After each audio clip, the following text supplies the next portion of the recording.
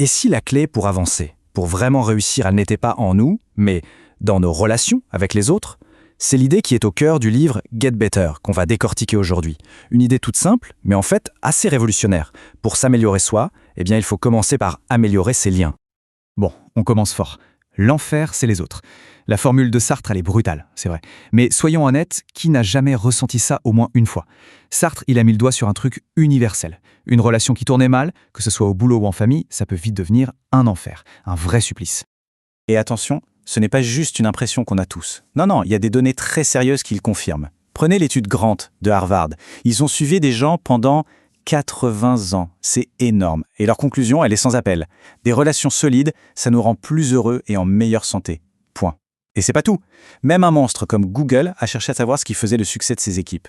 Et le secret, ce n'était pas les génies solitaires, non. C'était la qualité des relations entre les gens, ce qu'ils appellent la sécurité psychologique. Bref, la confiance, le respect, tout ça, c'est pas juste pour faire joli. C'est le moteur de la performance. Alors voilà le programme pour aujourd'hui. On va d'abord bien poser le problème, ensuite on verra une solution assez surprenante, puis on passera à du concret avec 3 pratiques pour l'appliquer et on terminera sur la puissance du changement personnel.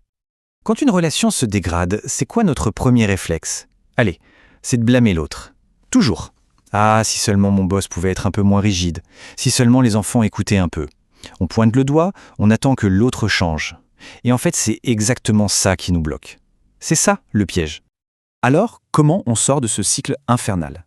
L'approche du livre, elle est radicale. Elle nous dit « Arrêtez de vouloir changer les autres. Ça ne marche pas. Le vrai pouvoir, il est ailleurs. Il est à un point de départ qu'on oublie tout le temps. » Et ce point de départ, le voici. Tout changement significatif vient de l'intérieur vers l'extérieur. C'est une phrase de Stephen Covey et c'est le cœur de toute la solution. Au fond, c'est simple. Le seul levier sur lequel on a un contrôle total, à 100%, la seule personne qu'on peut vraiment changer, c'est soi-même. Bon, passons à la pratique. La première, c'est de regarder nos lunettes. L'image est parlante, hein. Ces lunettes, ce sont nos croyances, nos a priori sur les gens et les situations. Et le truc, c'est qu'elles ne nous montrent pas la réalité. Elles nous montrent le monde à travers notre propre filtre. La vraie question à se poser, c'est est-ce que ma façon de voir les choses, là, maintenant, elle m'aide ou elle me dessert? Alors on se pose la question, pour de vrai, ces fameuses lunettes qu'on a sur le nez, cette manière de voir les autres, est-ce que ça nous rapproche des relations qu'on a envie d'avoir, ou est-ce que finalement, ça ne ferait pas partie du problème? Pour que ce soit plus concret, l'auteur nous raconte une histoire très perso. Ça concerne sa fille, Sydney. Son rêve, c'est de courir un marathon. Sauf qu'elle échoue. Pas une, mais 2 fois. Son père, l'auteur, est évidemment déçu pour elle. Mais il avoue un truc un peu moins avouable, il se sent aussi un peu soulagé. Et c'est là, à ce moment-là, que tout bascule pour lui. Il a une prise de conscience, une vraie claque. Il réalise qu'au fond de lui, il n'a jamais vraiment cru qu'elle en était capable. Les lunettes qu'il portait, c'était celles d'un père qui voyait sa fille comme fragile. Et son comportement, le fait de courir autour d'elle sans vraiment l'accompagner, ça ne faisait que renforcer cette croyance. Alors, il a pris une décision. Il a décidé de changer ses lunettes, consciemment. De la voir non plus comme fragile, mais comme forte et capable. Et ce simple déclic intérieur a tout changé à l'extérieur. Au lieu de tourner autour d'elle, il s'est mis à courir juste derrière elle, pour l'encourager, pour la pousser. Et le résultat, ils ont fini ce marathon, ensemble. Une victoire qui ne vient pas juste de l'effort physique, mais avant tout d'un changement de regard. Ok, deuxième pratique. Et là aussi, on a une métaphore qui parle à tout le monde, le compte en banque émotionnel. C'est simple. Imaginez que dans chaque relation, il y a un compte en banque invisible. Le solde de ce compte, c'est la confiance. Et chaque interaction qu'on a avec la personne, c'est soit un dépôt, soit un retrait. Alors, les dépôts, c'est tout ce qui va construire la confiance. Écouter pour de vrai, tenir une promesse, s'excuser quand on faut. Les retraits, au contraire, c'est tout ce qui l'abîme. Couper la parole, être arrogant, oublier un truc important. C'est logique en fait. Quand le compte est bien rempli, on a un peu de marge, une erreur peut passer. Mais quand on est à découvert, la moindre petite étincelle peut déclencher un incendie. Troisième pratique, et c'est peut-être l'une des compétences les plus puissantes en communication, c'est l'écoute empathique. Le principe est simple, mais pas facile à appliquer. Il ne s'agit pas d'écouter pour préparer sa réponse, non.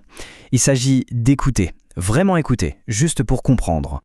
Là encore, une histoire va nous aider à comprendre. On suit une femme, Corinne. Elle apprend une nouvelle terrible. Sa mère doit subir une grosse opération du cœur pour survivre. Le problème, sa mère est terrifiée. Elle refuse, catégoriquement.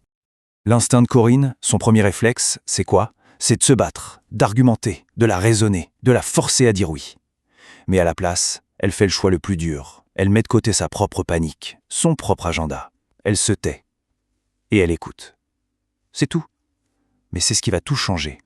Parce qu'en arrêtant de vouloir réparer le problème à sa place, Corinne lui offre un cadeau immense. Elle valide ses émotions. Elle ne juge pas, elle ne conseille pas. Elle écoute et elle reflète les peurs de sa mère. Et en se sentant comprise, en sécurité, sa mère a pu trouver en elle-même sa propre motivation. Une motivation bien plus forte que la peur. Je veux voir mes petits-enfants grandir. C'est elle, et elle seule, qui a trouvé la force de dire oui à l'opération. Ces 3 pratiques, que ce soit changer ses lunettes, faire des dépôts sur le compte émotionnel ou écouter différemment, elles nous ramènent toutes au même point de départ, le pouvoir incroyable de commencer par soi. Et pour finir, il y a ce texte, un texte anonyme retrouvé sur la tombe d'un vieil évêque. C'est le résumé d'une vie entière et ça commence avec les grands rêves de la jeunesse. Puis, en vieillissant, en devenant plus sage, il se dit que le monde c'est trop grand. Alors il décide de changer seulement son pays. Mais là aussi, le pays semble impossible à bouger. Alors, vers la fin de sa vie, il réduit encore son ambition. Juste sa famille, ses proches, ils se contenteraient de ça. Mais même eux, ils n'y arrivent pas. Ils ne veulent rien savoir. Et c'est là, sur son lit de mort, qu'il a la révélation. Une prise de conscience soudaine un peu tragique. Il réalise, si seulement j'avais commencé par me changer moi-même, alors par l'exemple, j'aurais peut-être changé ma famille. Et avec leur aide, qui sait, j'aurais peut-être même changé le monde. Ce qui nous laisse avec cette question. Une question à garder en tête.